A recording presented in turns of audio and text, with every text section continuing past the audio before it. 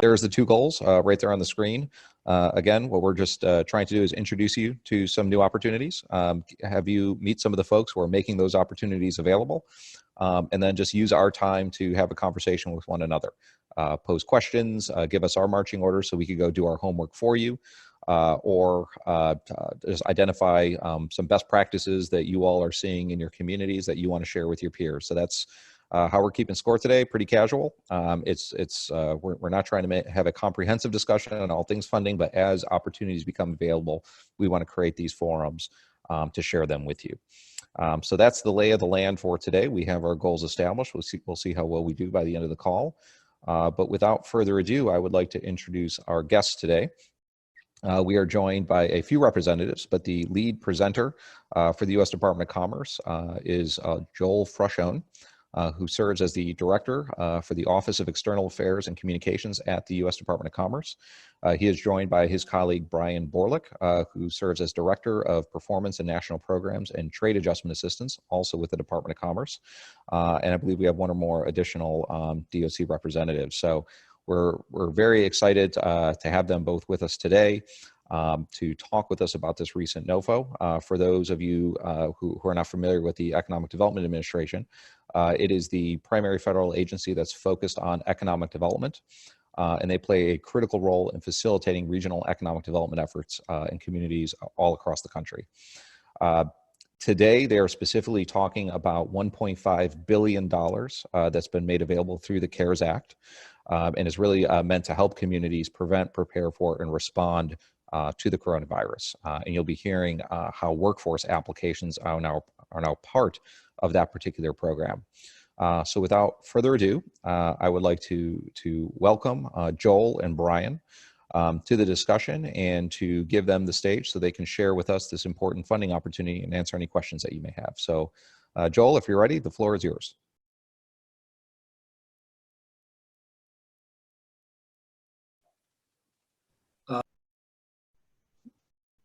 Joel, you might be muted.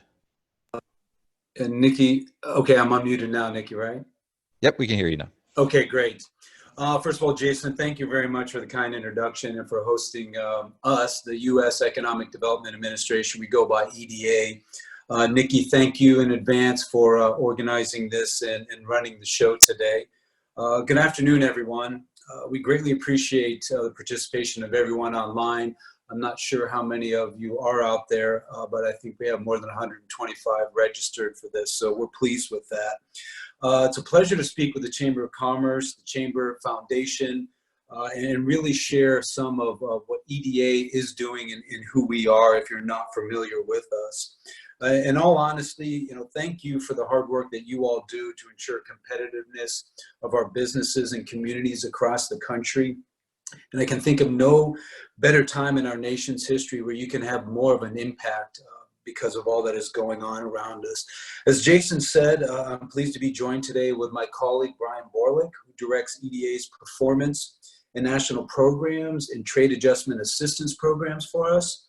Also with us is our colleague, Clayton Tufts, who is a senior advisor in our Office of External Affairs and Communications.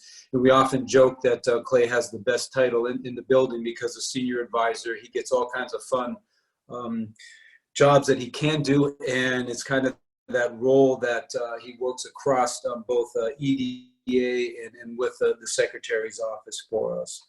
And Brian and Clay are available to answer questions when I conclude my remarks and my overview. So I know that many of you are highly active in education and workforce initiatives, and I encourage you to explore ways that you can plug into what I'm going to talk today about to advance your local strategies. And you may know that workforce is a priority for the Trump administration. It's a priority for Secretary Ross, my big boss. It's a priority for the Department of Commerce and EDA. And EDA specifically invests in projects that support the planning and implementation of infrastructure for skills training centers and related facilities that address the hiring needs of the business community, which you all are involved in every day, and particularly in the manufacturing sector. EDA also invests in projects that encourage job creation and business expansion in manufacturing, including infrastructure-related efforts that focus on advanced manufacturing innovation, high-value products, and enhancing manufacturing supply chain, which I know is an interest of you. So please keep all that in mind. And one more point before I get started. I've been doing a lot of these CARES Act briefings during the past week, and I start each one with sharing that I recognize we are in the midst of a national crisis and that communities are really struggling. And that may sound awkward to say that EDA is excited about the days, weeks, and months ahead, but we really are. And this is because of the role EDA is playing in helping the country respond to and recover economically from this pandemic. And we take that role very, very seriously. So I'm going to briefly talk about the CARES Act as it pertains to EDA, give you an overview of CARES Act, our CARES Act recovery assistance, how opportunity zones fit in, and how you and your members can access EDA funding opportunities. Nikki, I was going to tell you to go to the next slide, but you're there already. So here we go. As you all know, on March 27th, President Trump signed the $2 trillion CARES Act into law. And on May 7th, Secretary Ross announced that EDA is now accepting applications for our CARES Act recovery assistance funding opportunities. And the way that breaks it down, the Act provided us with $1.5 billion, and $1.467 billion of that is for grants via our Economic Adjustment Assistance Program, EAA, which I'll get to more in a bit. And the remaining funds go to salaries and expenses, 2% for that, and oversight activities. The Act also granted EDA special hiring authority, and I'll speak about this shortly. And it's good to keep in mind that the Act did not alter in any way EDA's mission or goals. And as Jason touched upon in the beginning, I mean, that remains to make grants in and help drive economic development in distressed communities and communities recovering from natural disasters across the country. Also, the Act does specifically state that EDA should make CARES Act grants to eligible communities, and I quote, to prevent, prepare, and respond to coronavirus. So Nikki, the next slide, please. Great, thank you. So to do just this and offer maximum flexibility and be as responsive to the economic development needs and priorities of our local and regional stakeholders, we're accepting and making CARES Act recovery assistance grants under the authority of our Economic Adjustment Assistance, or EAA program. And as you see here, I mean, those investments are going to support a wide range of activities. And again, it's the key to a lot of this is to prevent, prepare, and respond to coronavirus. So some examples of these projects that EDA can fund, it's communities preparing for economic recovery planning, preparing technical assistance strategies, preparing or updating resilience plans. Some folks have those in place and have had them in place for months, years, and this pandemic has changed things for sure. So preparing and updating those is also a possibility. Capitalization of revolving loan funds. EDA manages, EDA supports about 500 revolving loan funds that are managed across the country, and some in your communities for sure. Innovation and entrepreneurship is also key to this. And construction of public works and facilities to support economic recovery. And that's some of the work we do, our core work we do every day. So a great example of a workforce-related construction project that EDA invested in is in Houston, where last year we invested $5 million to fund the construction of the SIR Training Center in a designated opportunity zone in Harris County. And we funded this project under our 2018 Disaster Supplemental Grant, and it addresses regional workforce training needs in an emerging and expanding industries, including telecommunications, transportation, energy, construction, manufacturing, and infrastructure. And the unique thing about EDA is, sure, we're headquartered in Washington, D.C. We have 6 regional offices, and all those applications, ideas, and grants come from the grassroots, from the ground up. So in this example in Harris County, there's a serious shortage of not qualified, but trained workforce to do telecommunications work, transportation work, energy, construction, and manufacturing.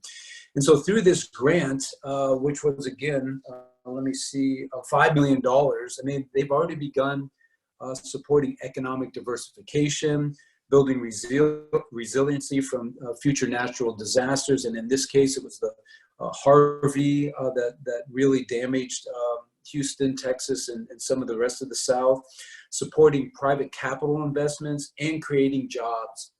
And as with all of our grants, not all of them, but most of them with these components, they estimate, the grantee does, that this investment, $5 million, will help create 6,000 jobs for the Houston community. So that's some of the work we do in an example of this. So next slide, please. Great, eligibility. So who's eligible for EDA CARES Act recovery assistance funding? So EDA has determined that economic injury from the coronavirus pandemic constitutes a special need. And so that means under our EAA program and eligibility, we may establish that on the basis of that without reference to other economic distress criteria. So what does that mean? EDA has a long list of economic distress criteria. The first one we're using for this is you're in our special needs category because we know that you're suffering from the pandemic. So you're in that opportunity zones, and other specific work we do are in those categories. So we rock solid put eligibility right into that slot. But like I say that to all folks, applicants are still required to explain how they're going to prevent, prepare, and respond to the coronavirus, and equally important, how economic injury has resulted in your community as a result of coronavirus. And we, again, that's a bar, but we don't believe it's a very high bar. So since we're administering these funds under EAA, again, it's our most flexible flexible program. Some of the eligible applicants include, the list is here: district organizations, Indian tribes we work with, state, county, city entities. And when we say political subdivision, we're talking about cities, municipalities, district groups, university centers we fund a lot, institutions of higher education. And this last one is key too. It's public or private nonprofit organizations that are associated with a state entity or a subdivision of a state entity. So it's important to understand our eligibility, and Brian, who's on the line too, knows that really well, and he can help clarify some of that. Nikki, next slide, please.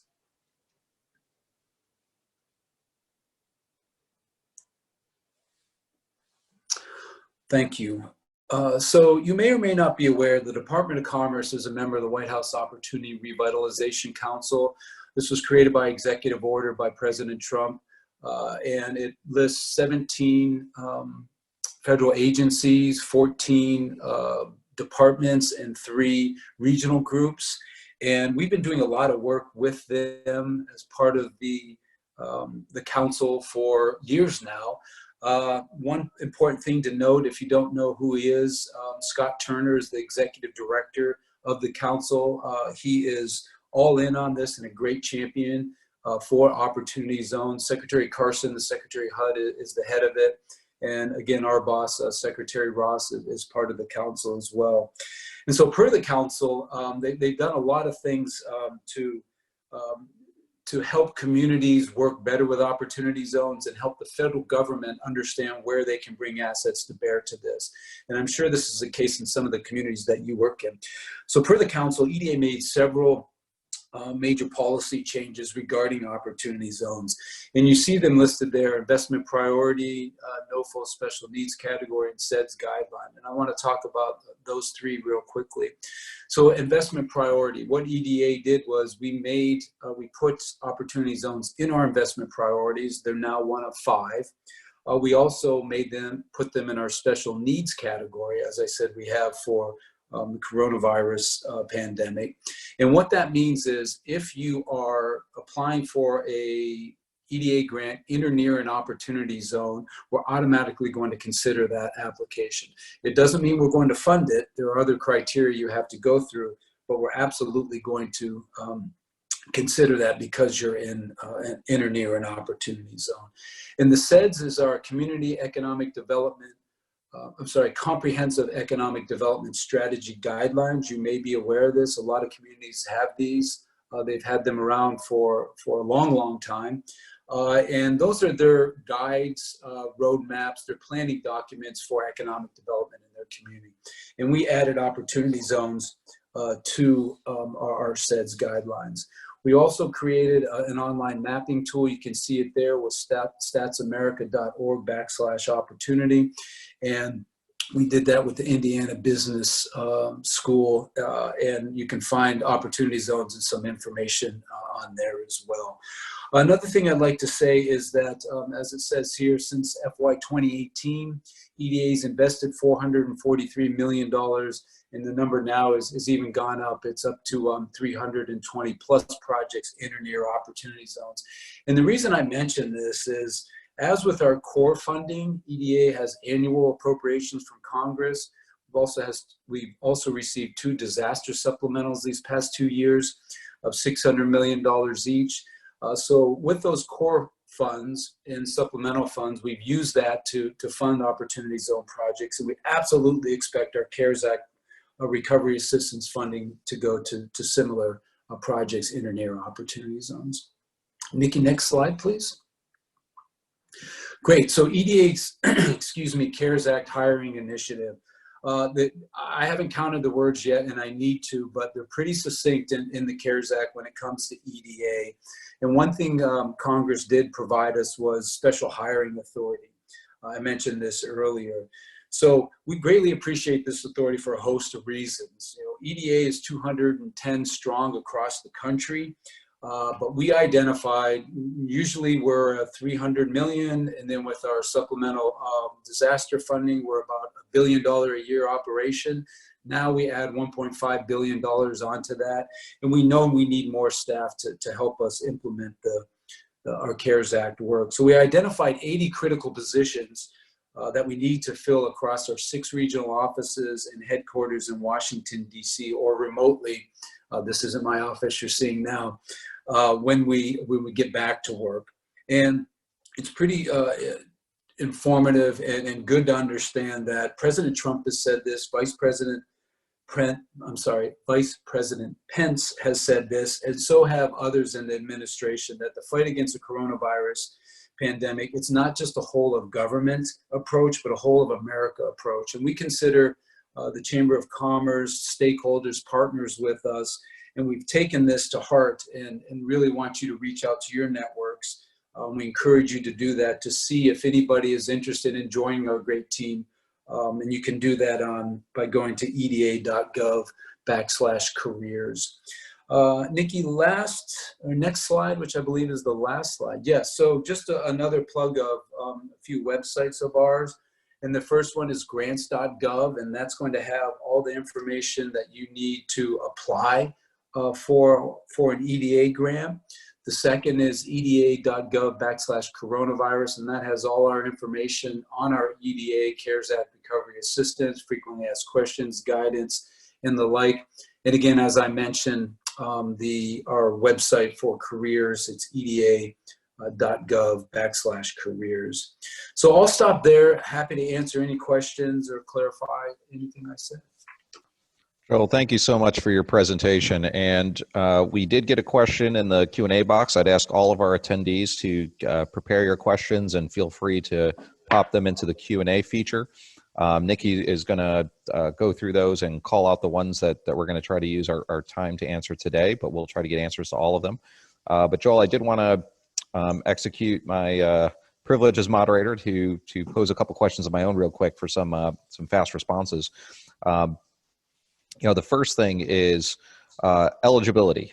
You mentioned nonprofits are eligible, and a number of chambers of commerce actually have a nonprofit arm. So just wanted to better clarify for our audience how they can either be an applicant themselves or can join, or who they would need to talk with in order to join an application and get their priorities addressed. And then secondly, the addendum to the NOFO, as I understand it, really prioritized workforce, skill training, getting people back to work. So anything you could do to kind of just elaborate on that workforce piece, just how big is it? How much of a focus is it?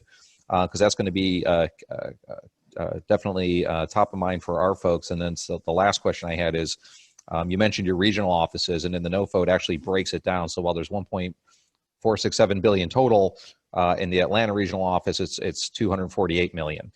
Is the funding actually proportioned by region, and for them to apply, they need to coordinate through a regional office, and it's still a lot of money, but it's broken down into chunks. Anything you could elaborate on the dispersion of funds and how to work with the regional offices would be helpful.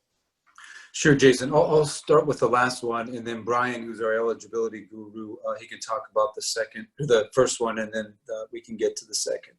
So yes, we have an allocation formula, and there was no way that anybody had any data that said, hey, this is how the pandemic has impacted the country specifically. I mean, you really don't know that yet. It's continued to move. People continue to not understand, but try to understand the economic impact that this has had and will have for weeks, months, years to come. So what we did, and we do this with all of our notice of funding applications, we use specific formulas. They're weighted in specific ways. And in this case, we gave everybody an equal weight to begin with, meaning each of the 6 regions. And then we factored in per capita income. We factored in unemployment. We looked back at the last 24 months using census data. And then we factored in population. And then when we did that, we came up with that formula, as you said, $266 million for our Seattle office, all the way down to $193 million for our Denver regional office. So those funds are dedicated for those regional offices, and that's the money they have to spend for grants that they receive. But we also have another category in there. It's $40 million that we set aside for headquarters, and the bulk of this will go to our Office of Innovation and Entrepreneurship. They're going to run a specific challenge to help combat the coronavirus, or come up with an innovative idea that folks can apply to that challenge. So that's how we've done that. And those buckets of money are up to the discretion of our regional directors. Again, we're bottom up. So that's how we came up with the formula, and those funds will be utilized through each of those offices. And I hope that answers the question. So Brian, maybe eligibility or anything to add on the allocation point? Absolutely. Thanks, Joel. I would just answer first the simple answer to the question about eligibility for chambers of commerce and chambers of commerce foundations is yes, that they would typically be eligible. We fund 501c3 nonprofits, not only 501c3, but that's usually what they are, which I think some of the chambers of commerce foundations would be. So yes, they would be eligible. You'd want to speak to your economic development representative to kind of nail down the details on eligibility, but generally speaking, those types of organizations such as yours would be eligible. In fact, Joel went through the types of eligibility in the beginning there, I think, and we can fund just about any type of organization except for-profit companies and individuals. It's not quite that simple, but I think it's easy to think of it that way. So yes, there would be eligibility there for your organizations. And Joe, I don't know if you want me to from the second one about workforce. Please, Brian, go ahead. Sure. So as Joel mentioned in his presentation, workforce, is extremely important in economic development. That's that's clear. It's actually so important. We see it's so important to economic development that they really dovetail and need to be better integrated, we think. And that's why we have one of our investment priorities. Joel mentioned our investment priorities, and one of those focuses on manufacturing and workforce development, needing a focus on helping America develop the workforce that's needed to strengthen our manufacturing community, not just manufacturing, but we tie it in there with manufacturing just because of the incredible importance of manufacturing. So workforce is so important to us that it's part of one of our investment priorities. And I would expect to see a good amount of funding, while again, like Joel mentioned, it's bottom up and we don't push ideas for projects from Washington to communities. We look to communities to hear about their particular challenges and the opportunities that they're considering for economic and workforce development.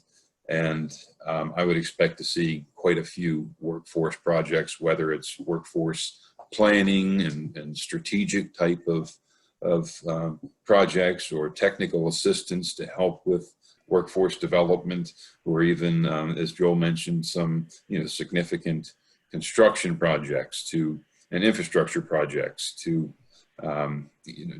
potentially fund workforce training centers to help improve facilities at whether it's universities, community colleges, or elsewhere, to help improve facilities, including equipment in many cases, to be able to serve the businesses in their community better by providing a highly skilled workforce. Brian, there was a question that came up in the Q&A, and I think it kind of dovetails nicely with what you're talking about. On the second slide that Joel showed, there were some examples of projects that the EDA can fund under the CARES Act recovery. And one of those bullet points related to construction public works funding for broadband deployment. Can you describe a little bit more about what type of components of a broadband infrastructure deployment project could be funded under this act? Sure. There's really two major components. We think to a broadband planning, feasibility studies we can help fund through the CARES Act, along with actually the installation of cable as needed. So again, a bottom-up approach, looking to the particular needs of each applicant community, but they are eligible types of projects. And we all know how critically important broadband is for economic development and workforce development, particularly with online learning these days and so forth. So those are the types of general categories of projects, feasibility studies, and actual infrastructure development when it comes to broadband that we would anticipate doing some of. Brian, if I could add on there. Hey, everyone, this is Clay Tufts with EDA as well. Brian's spot on. I mean, we no way, shape, or form the USG leader on broadband, but we have in the past done or funded some feasibility studies as well as some infrastructure projects as well. I did see Gilbert's question in the Q&A portal, and I would have to see on his question. I think he phrased it on private land, so we'd have to evaluate that on a case-by-case basis. But one point I would like to mention is EDA has been working with our sister agency at the Department of Commerce, which is NTIA, the National Telecommunications and Information Administration, on their Minority Broadband Initiative. And I'm happy to take this offline, but really to summarize what that initiative is they are trying to put broadband infrastructure into communities as not only to fix their connectivity issues, but also serve as an economic development catalyst.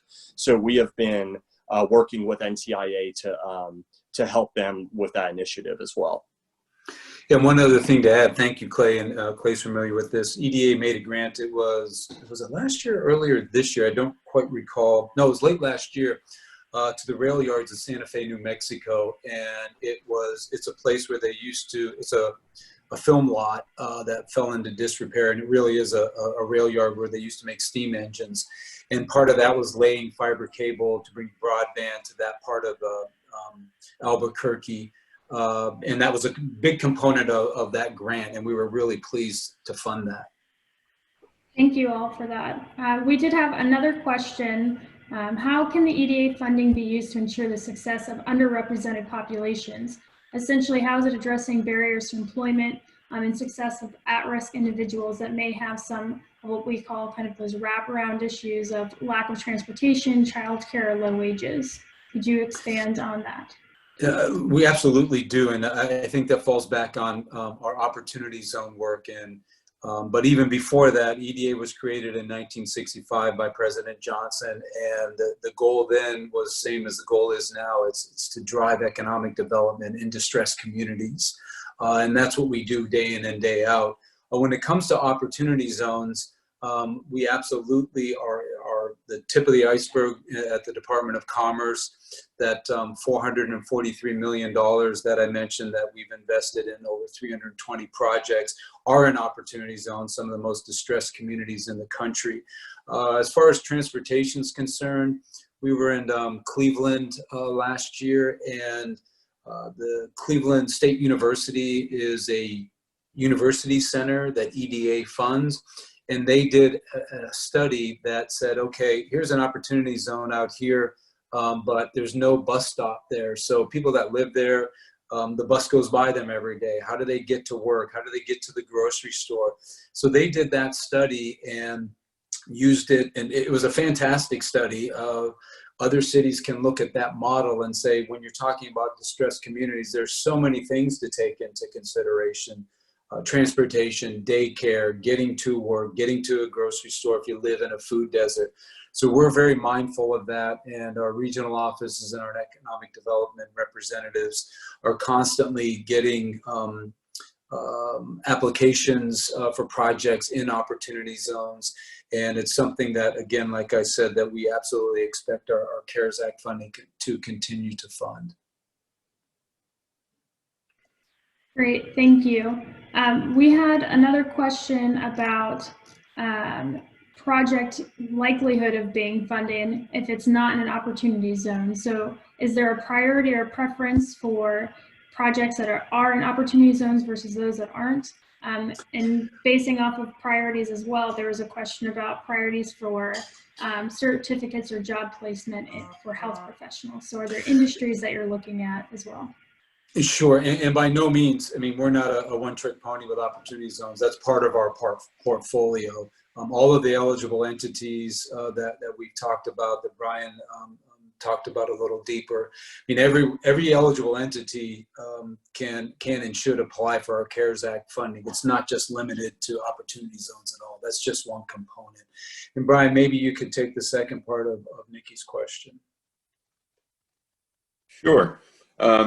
Yeah, in terms of particular types of projects, you would want to speak with the economic development representative in detail, but I can definitely say that, again, workforce is a very important part of what we do, as it, again, dovetails with economic development. One doesn't really happen with the other. And there is, while we have not spelled this out specifically in like investment priorities and so forth, but apprenticeships, certifications and apprenticeships, maybe based on those certifications, is something that I know that the administration is interested in, apprenticeships.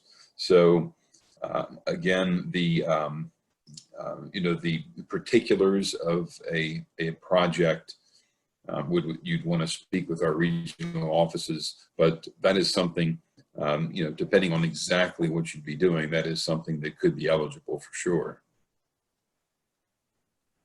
Thank you. And as we know, we have a lot of chambers here on the phone. So I think one of the burning questions for them is, can a 501c6 organization apply for the funds if they are implementing a workforce development initiative? So that's a great question. I will say generally, yes. We would need to look, we take those on a case-by-case basis. Like, I don't think you're going to find many 501c3s that would not be eligible. The 501c6s, we'd want to take on a case-by-case basis, depending on what the particular legal makeup of the 501c6 is and so forth, and their legal implications there that I'm not an expert in, but our regional councils certainly are at the regional offices. Yes, 501c6s can be eligible. You'd want to get a final,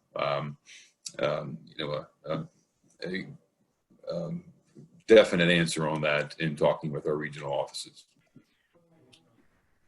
Great. And sorry, Joel, did you have something? Oh, no, I was just, I'm reading through the questions and I was making sure I had some, my points correct if asked. Is there a question you'd like to address next? Well, no, I was just looking at Robert's question about the Houston, Texas grant. And the answer, Robert, is the first part of that was in partnership with the Progress of the Texas Gulf Coast Inc. And a lot of our grants are in partnership with other entities. If you're, like I said, if you're a state entity, if you're a municipality, if you're a city, that was in an opportunity zone. And I'm not sure how many jobs have been created. I mean, we made that announcement in September of 2019, and I know that they've gotten up and running. So there are, as Brian mentioned, some of these jobs are created through workforce development, and that may be if it's a construction project. But these other long-term jobs, giving folks skills, it's that building those skills and getting people in these training courses to have those skills to go out and find jobs. And we did something similar in Tallahassee last year as well. It was a $1.5 million grant to the University of Florida at Tallahassee, and it was to help them expand a welding bay. Again, in Florida, they need HVAC and so many other specialists for the development that was and will continue to happen there, I'm sure. So they saw that need, they applied for a grant, they expanded a welding bay, and they will have X amount of welders that they'll train, and they'll have jobs the moment they get that certification. Great, thank you. And I think we have time for just one more question. So we had one here that asked about preferences for new projects versus expanding or sustaining existing initiatives. Is there a priority within your organization for what type of projects you might be looking to fund? There's not, other than what you see. I would encourage you to review the addendum to the notice of funding opportunity, along with the full notice of funding opportunity for the CARES Act, which will outline the the priorities and types of projects and so forth. But in terms of new versus building on existing initiatives, no, I would not say that there's a preference. I mean, what we're looking for is, again, to provide economic development assistance programs to communities prevent, prepare for, and respond to the coronavirus. And if that can be done through an existing project, the expansion of, or maybe some additional branch to that project, that it could be just as competitive as a new project. So there's not really a difference or a preference there. Nikki, I'd also add to what Brian said, and I don't know why I'm using this hockey analogy, and it's probably something Wayne Gretzky said. It could be Alex Ovechkin. I'm a Capitals fan, but you miss 100% of the shots you don't take. So please, the best thing that folks can do here is apply for a grant. Figure out who the economic development representative is for your state, and that's on our website, and work with them to apply for a grant. And it's $1.5 billion. We have to spend it all by the end of September in 2022. But that's the problem that our regional directors always talk about, that the biggest thing that when it comes to EDA grants are you have to apply for them. So please, everyone on the line, we encourage you to do that. And finally, the questions that we weren't able to answer, if you share those with us, Jason and Nikki, we'll get responses to each and every one of those. Great. Just want to extend a thank you on behalf of the U.S. Chamber of Commerce and its community to Joel, Brian, and Clay. We really appreciate you taking time out of your schedule to present to this group. Can't thank you enough. We think this is a terrific opportunity. It's going to help connect people back to work. And we're excited to learn more about it and potentially help usher in some applications to your regional offices. But thank you so much. We do appreciate your time and your ability to answer the questions that our community has. So I know we can't do a round of applause, but thank you very much. We will be sure Thank you. to forward any additional questions along the way, and we'll keep the lines of communication open. Thank you, Jason. Great. Thank you. Thank you. Appreciate the opportunity. Okay. Well, our Department of Commerce friends are welcome to hang on the line, but we did want to use the remaining 15 minutes to share with you a few other opportunities that are coming down the pike. This is the biggest one. And the reason why we wanted to move quickly to get this notice of funding opportunity in front of you is because this is a big deal. This is a tremendous amount of investment that's happening, and it's happening through a commerce agency, which and it's focusing on workforce. You do not see this every day. This is usually something that is more of a sideshow when it comes to commerce and economic development, but now it is front and center. I encourage you to read the addendum. I have it in front of me right here. We could send it out to all of you. It's a PDF. It's a large document. It's about 50 pages, but really it's like the last 4 pages are what matter. It's the addendum. But in it, it says right off the bat, the purpose of the addendum and for the CARES Act is to focus on retaining existing and hiring new employees and providing a range of skill training and workforce development project to help employees compete for high quality jobs. So workforce is at the very heart of this. And as you break it up by region, there is a tremendous pool of funds, and it's on a rolling basis. There isn't a strict deadline. They take applications as they come. So first in line gets first consideration. We know there's some questions about eligibility, but when we were speaking with them, chambers are absolutely eligible to apply. So we know a federal funding opportunity is no easy thing to navigate or take on, particularly when there isn't the promise of something on the other end. But for those of you who are on the hunt for resources to supplement, for example, your talent pipeline management collaborative activities, or have specific solutions in mind where you need to offset the cost of facilities or equipment, this really is a big opportunity. And we want to make sure it's our chamber community and our TPM networks and others that are first in line and get first consideration. So take a look at it, study it. If you have questions, work with us. We'll work with whoever we need to get you answers. And we want to make sure this is a win for not only the chambers, but the communities we serve. We encourage you to look more closely at it. This is hopefully going to be putting a new direction in terms of how the federal government engages in workforce development, and with commerce playing more of a lead role. So with that being said, this is the one that may have gotten past a lot of you, but we encourage you to say that this is where you want to strike first. But there's going to be some other opportunities coming up along the way. We're going to see some from the usual suspects, Department of Labor. I know some of you have questions about WIOA funds and how they're being used. We're happy to create a forum for that, but I did want to highlight 2 big developments that's happened recently. One is there was an infusion of $100 million into dislocated worker grants that's been distributed, as I understand it, by formula to state and locals. We'd encourage you, if you are accustomed to using the WIOA system or partner with them, to kind of find out what the plans are for how those funds are going to be executed. And if you have any preferences, to make those preferences known. I'm not sure, again, we don't purport to be experts on this, but for example, if funds from that pool could be used to help increase the amount of on-the-job training opportunities and wage subsidies, that could be a preference that you want to communicate. But know that there is an infusion of WIOA dollars, and if you have immediate workforce needs, you may want to contact your state and local agencies to figure out exactly how those funds are being used or how you might be able to access them. Secondly, short-term compensation grant funds. This is a program that often doesn't get a lot of attention, but we did want to call it out because it may be of interest to some of you. This is actually based on a set of tools that are actually commonly used in Europe, in Germany in particular. We have a version of them here in the US, but they are probably one of the least understood or utilized. But there are rules in place that allows an employer, instead of engaging in a large-scale layoff, to come in and actually reduce the number of work hours across the workforce. And the idea is to avoid layoffs by reducing everybody's hours voluntarily. But then this is a subsidy, $100 million, that can be used by companies and others to offset some of those costs associated with reducing the hours. And I think the main benefit here is it reduces the unemployment benefit payment per worker who's on reduced time.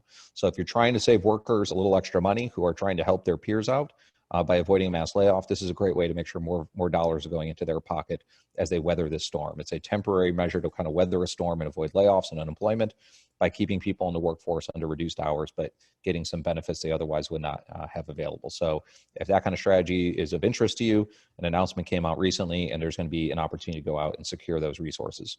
So that's what's going on at the U.S. Department of Labor. There may be more activities there with future packages coming along the way. Some of those packages have over $1 billion extra coming in to the WIOA system. So stay tuned. We'll share information as we get it. And then last but not least, the U.S. Department of Education. Number of things happening there, but something interesting happened when the CARES Act went through. The Department of Ed was able to retain about 1% of the funds that came their way for discretionary expenditures. And you would think 1%, not a big deal, but when you're talking COVID-sized money, it is a big deal. And you'll see the numbers there. They decided to split this discretionary pot in two ways. So under the Education Stabilization Fund, they have put out a notice for the Rethink K-12 School Models Grant. It's $180 million. And this is out there. The eligible applicants are state education agencies. So don't get too excited just yet. But the kinds of things that could be used to cover may be of interest to you in your communities. There's kind of three big priorities for it right now. One is micro grants for families to ensure they have access to technology and education services, which could be important to your constituents. Number two, it supports statewide virtual learning and course access programs. So trying to really build our virtual learning infrastructure or digitizing it. And then third, supporting new bottom-up models for how to provide remote education.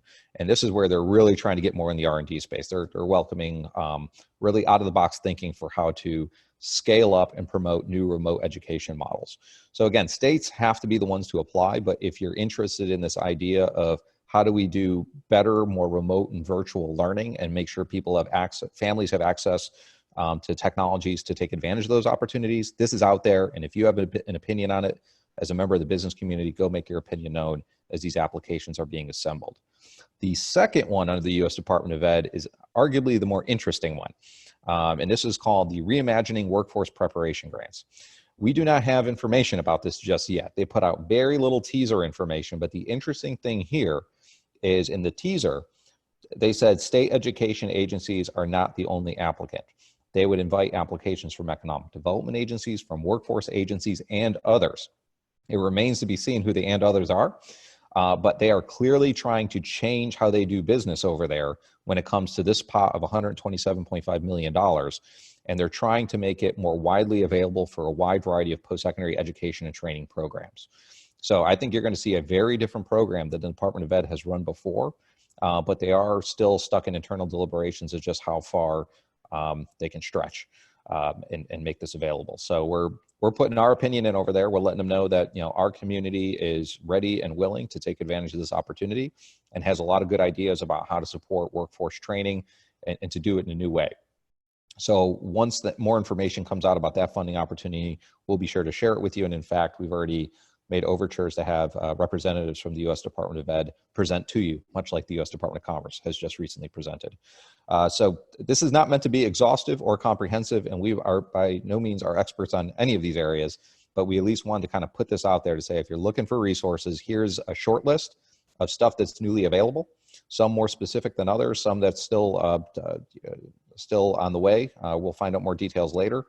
But the big takeaway from today is if you're trying to take action now, take a look at that Commerce grant. I think a lot of people are unaccustomed to seeing solicitations like that in the workforce space coming from Commerce. And if you all mobilize quickly and want to take advantage of it, I think you may find yourself well rewarded for taking the initiative. So I'll leave it at that. Again, we just kind of try to throw this one together pretty quickly to just push information your way. But we are now happy for the balance of our time, to open it up to all of you and say any questions that we can either try to answer now or get you an answer later when we have a chance to go chase them down, or anything you all are doing that isn't on our list, but you know of a funding opportunity out there that you want to share with your peers, or that you've identified some best practices around fundraising that you think others might want to know about. So no rhyme or reason to this. Nikki, how do you want to manage it? I'm not sure if questions have come in or if they've been in the chat box. I haven't been able to follow it, but I kind of look to you to kind of help us navigate the Q&A waters. So if anybody would like to speak, please use the raise hand function. That way I can go ahead and unmute you. But I'll start with a question we had in the chat from Peter Beard. Hi, Peter. Hope you're doing well today. He was wondering, are there other sources available through discretionary funds, particularly ones that have been given to governors as part of the CARES Act? Do you have any information around what that looks like for workforce funding? Yeah, I don't think our information is better than anyone else's. If there's anyone else on the line, I know some chambers have been having this conversation amongst themselves about governor's discretionary dollars. If anybody else feels that they're in a better position to address Peter's questions, I encourage you to jump in. I know Beth Davison's on the line and she's been doing her homework on this. Not to put you on the spot, Beth, if you're still on, but I'd encourage the network to weigh in before we do.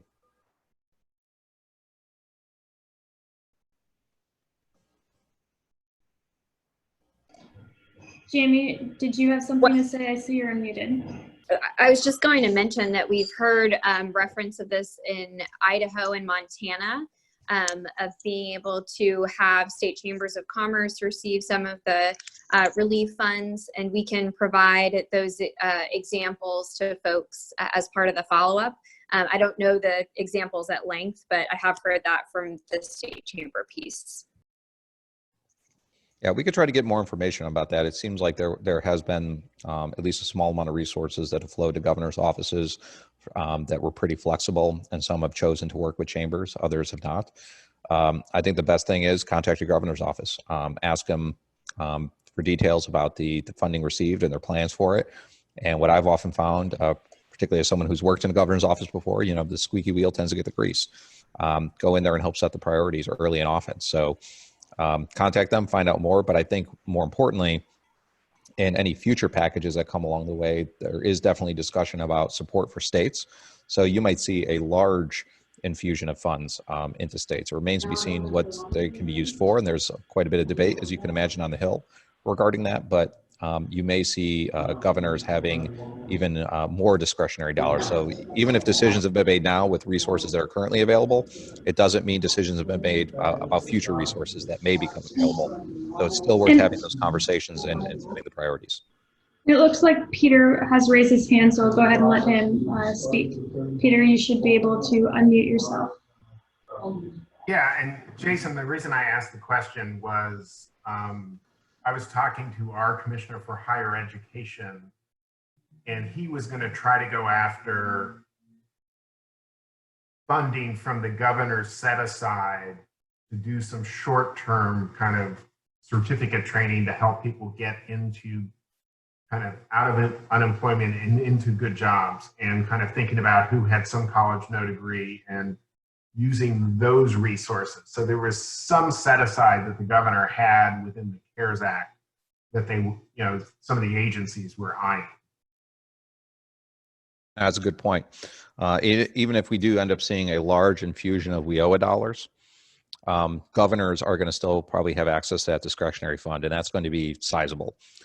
So I'd encourage you to, and that's usually a much more flexible pot of funds. So I'd encourage you to go and have those conversations. But thank you for sharing that, Peter. We only have a few minutes left. Any other kind of burning questions or comments from the group? Or even just if this was useful? We did have a question. If we know that the Department of Labor grants cover direct workforce training, do we have an answer to that question? I believe they should. I know we have some folks on the line who come from the WIOA system, so I'd encourage them to jump in and answer as well. But yeah, the dislocated worker fund should be able to go directly to training, as far as I know. And if more funds are coming, definitely it's going to be spread across all the categoricals under WIOA. And if anybody would like to chime in, please make sure you use the raise your hand function so I can give you permission to speak, since we are doing a webinar format this time instead of the meeting format.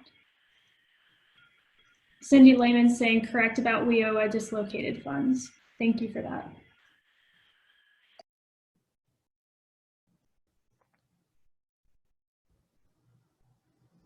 All right, seeing as we don't have any more questions, I just wanted to briefly, first, thank you, Jason, for your time and for getting the U.S. Department of Commerce staff to come and talk to us about this new opportunity. That was really useful information. I did want to share just a few resources that the chamber has created recently that might be helpful for you or some of the businesses that you work with as far as getting back to work. So very briefly, we have a few new guides. There's a small business playbook that is available that kind of runs through all the safety and sanitation guidance that we've been getting from the CDC, as well as advice on communications and other best practices. And a lot of these resources have been built around discussions not only with the different agencies at the federal level, but state and local levels, and with employers across the US. So this is kind of a culmination of all of that information into what has been seen as best practices or guidance. So in addition to that, we also have a standardized employee screening questionnaire. As your businesses are starting to go back to work, what sort of questions should you be asking your employees to ensure that you're kind of keeping within those safe guidelines and making sure that everybody is healthy and working in a good environment. And then we have created a customizable flyer. So this is something that you can use both as an external communication piece to your customers, but also within your businesses for your employees. And we have created a variety of different, there are more than what's listed here on the screen, of kind of different segments or topics that you could add in what you're doing to keep people safe and healthy. You can also customize this, add in your own bullet points, and then print these along with the contact information for the person. And all of this information and more, including all of the state and sector specific guidance that we've found across the US, is on the US Chamber website and their Reopening Businesses Resource Center. So I think I'll turn it back over to Jason. He said he might have one other plug to make. Yeah, just wanted to let folks know, because you all kind of came here interested in the conversation around funding, that we're of course going to connect you to the immediate opportunities that are available when possible, but stay tuned, because on the foundation side, we're going to be announcing a new initiative that's going to be rolling out throughout the year called Talent Finance. We're pretty excited about it, but it's going to be an employer take on the conversation about how we invest in and finance talent. And we're going to be introducing a lot of new ideas about how you can underwrite your talent pipeline needs, and really trying to make sure that it's a conversation driven by and for the business community. So it's going to go beyond just the federal and state funding, but looking at a wide variety of talent finance innovations that we're hoping to take advantage of now and in the future. So stay tuned. A lot of big announcements coming there, and we're going to be excited to expand the conversation, hopefully for years to come. And I think that's all we have time for today. So thank you for your being generous with your time. And again, let us know if this was useful. We know we kind of threw it together pretty quickly, but if